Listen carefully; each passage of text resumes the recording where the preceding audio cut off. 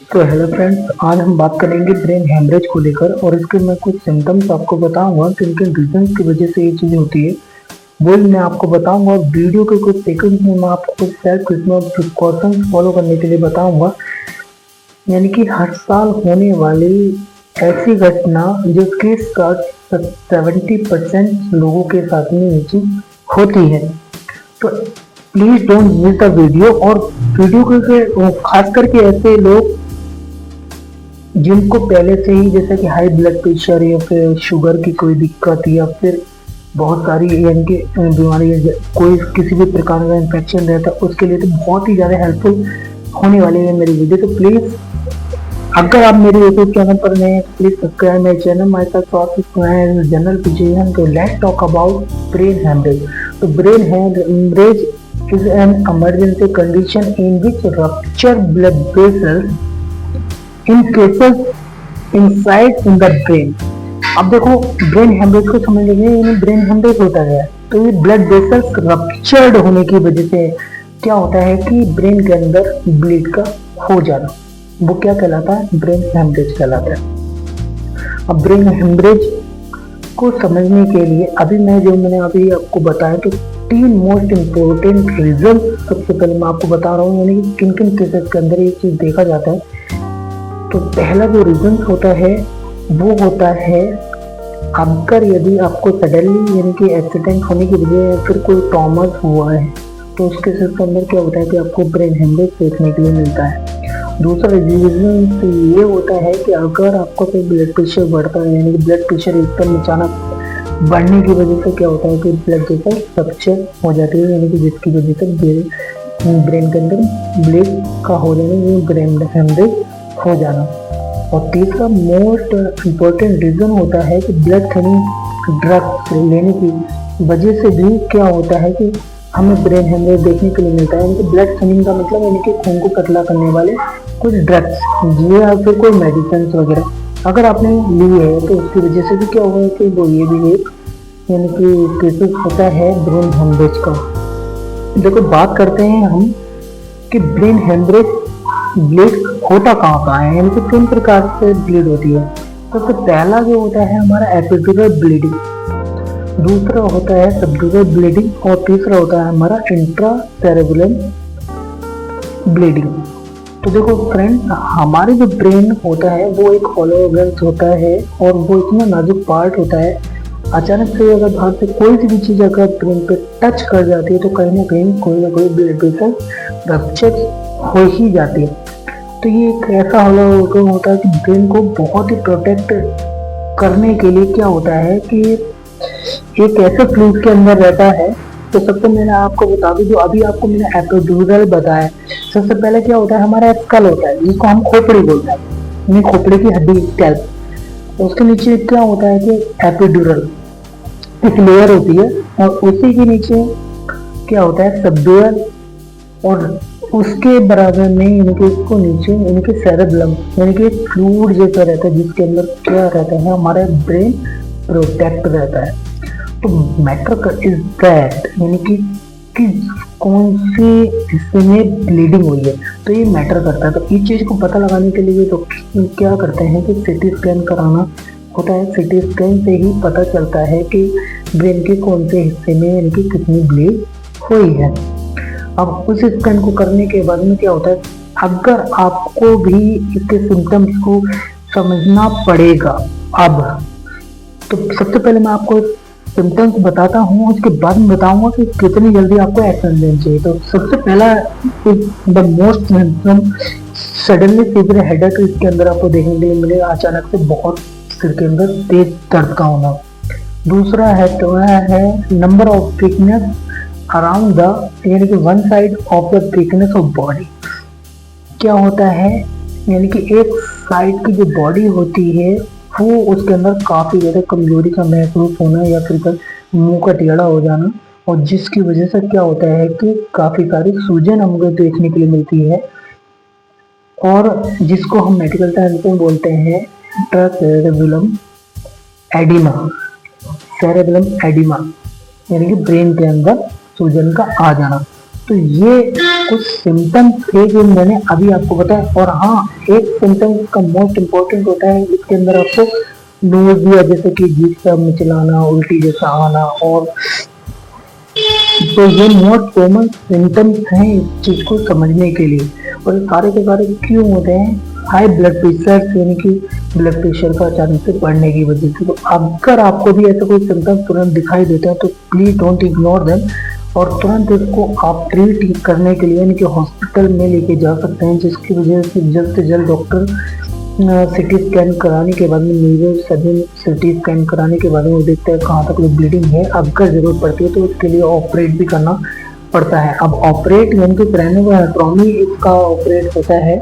उसमें क्या होता है कि जितने भी इंसाइड यानी कि ब्लीड हुई है, सब फर्स्ट ऑफ ऑल वो सिटी स्कैन करेंगे। सिटी स्कैन से देखेंगे कि एपिड्यूरल में है, फिर सबड्यूरल ब्लीडिंग है, या फिर इंट्रासेरेब्रम ब्लीडिंग है।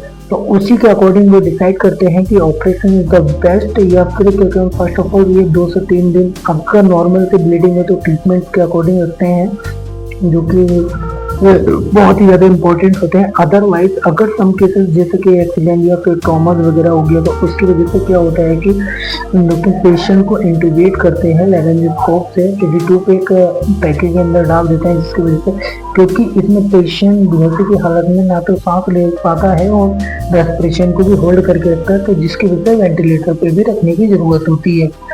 और वेंटिलेटर पे रखने के बाद यानी कि सबसे पहले इंटूबेशन करने के बाद ही इसको ऑपरेट किया जाता है। और ऑपरेट करने से क्या होता है, क्रेनियोटॉमी के अंदर यानी कि वहाँ की स्कल जितने हिस्से में ब्लीड हुआ होता है उसको सारा का सारा बाहर निकाल के उस वाले स्कल को प्रोटेक्ट करने के लिए जो हमारा बेली यानी कि स्टमक होते हैं उसके नीचे जो लाइनिंग होती है राइट या फिर लेफ्ट साइड में, उसको प्रोटेक्ट करते हुए वहाँ पे एक कट लगा के स्टिचेस कर देते हैं। और उसके बाद या फिर 6 महीने के बाद में फिर से वही वाली स्कल यानी कि हड्डी निकाल कर वो दोबारा से ब्रेन के अंदर प्रोटेक्ट कर देते हैं, जिसको हम क्रेनियोप्लास्टी भी बोलते हैं। तो ये चीज़ तब होती है। अब क्वेश्चन आता है कि क्या हम रिकवर कर सकते हैं ब्रेन हेमरेज से? देखो मैं आपको बता दूं कि रिकवर कर सकते हैं हम ब्रेन हेमरेज से, बट वो कंडीशन और वो इमरजेंसी सिचुएशन अलग होती है। अगर आपको ये सिम्टम तुरंत अगर आपको पता चलते हैं या फिर अचानक से एक्सीडेंट या फिर ट्रॉमा वगैरह आपको लगा है और आप डोंट इग्नोर यानी कि इग्नोर नहीं करते हैं, तुरंत इसका ट्रीटमेंट यानी कि न्यूरो सर्जन को आप तुरंत दिखाते हैं, तो वो सिटी स्कैन से पता लगाने के बाद में अगर ऑपरेट करने की ज़रूरत होती है तो तुरंत ऑपरेट हो जाता है, जिसकी वजह से पेशेंट को रिकवर होने के लिए कम से कम 6 महीने, साल भर, 2 साल, 3 साल, 5 साल यानी कि इतने साल तक लोग का टाइम लगता है। और इसमें कभी कदा क्या होता है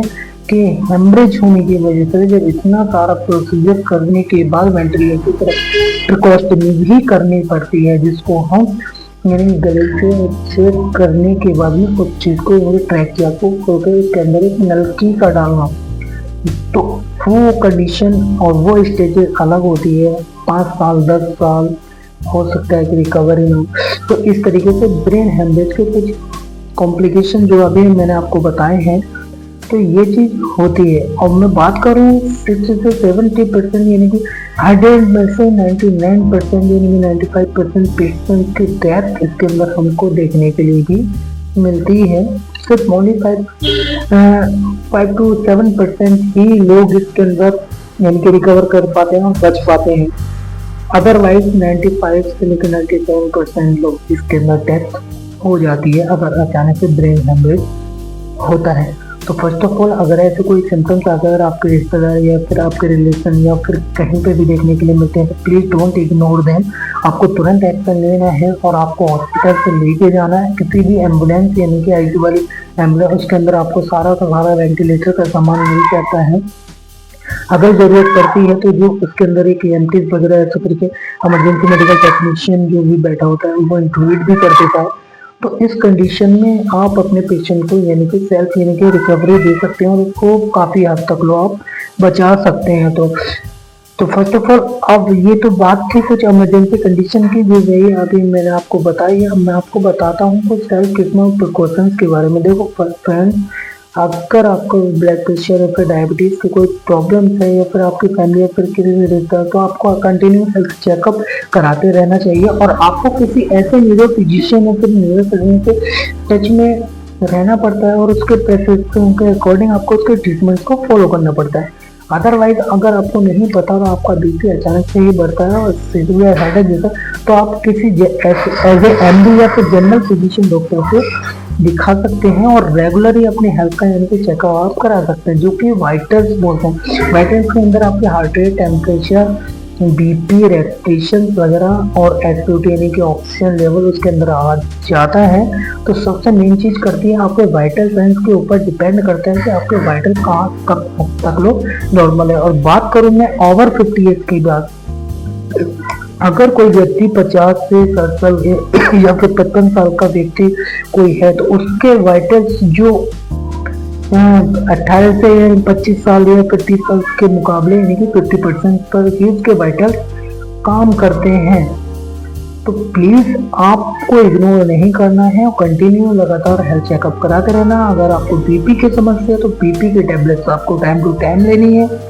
डायबिटीज़ है तो डायबिटीज़ की टैबलेट आपको टाइम टू टाइम लेनी है, उसको यूटिलाइज भी करना है। रेगुलरली आपका वर्कआउट भी उसके अंदर शामिल है और डेली का एक शेड्यूल भी आपको बनाना है। बीपी के टैबलेट जैसे कि हम लोग का एटी वगैरह, उसमें वीडी भी चलती है, ओडी भी चलती है, बट वो डोसेज के अकॉर्डिंग ये सिर्फ एक नॉर्मल साइड ट्रीटमेंट जो मैंने आपको बताया। तो I hope you have understood my videos about the brain haemorrhage and मिलते हैं फ्रेंड्स नेक्स्ट टॉपिक पे नेक्स्ट डिजिट के साथ।